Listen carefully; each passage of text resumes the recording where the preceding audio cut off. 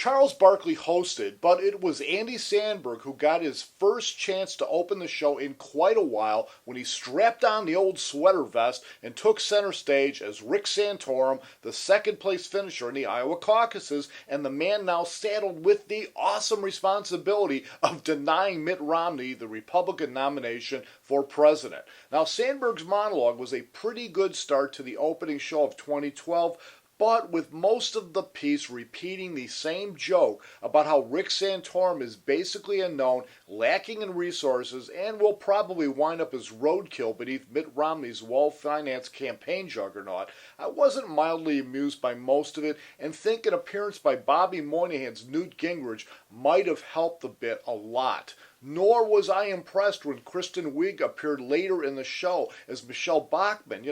I couldn't help but wince as her bit with Seth Meyers quickly degenerated into a constant reminder that the Congresswoman never blinks. All of which was made up for me when the show took the relatively daring chance of having Sandberg's Rick Santorum reference the fact that you might find something surprising if you Google the name Santorum, something which I did for the first time the other day, whereupon I almost burst my gut laughing, all thanks to Dan Savage, the gay community, and a reasonable understanding of how search engines work. And if enough people search on Google for Santorum and click on the first search result, millions more people will be able to share in on the joke, which couldn't happen to a nicer homophobe.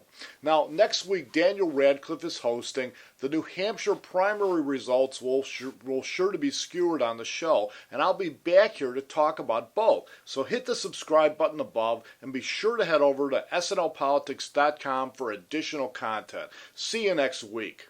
And Google Santorum.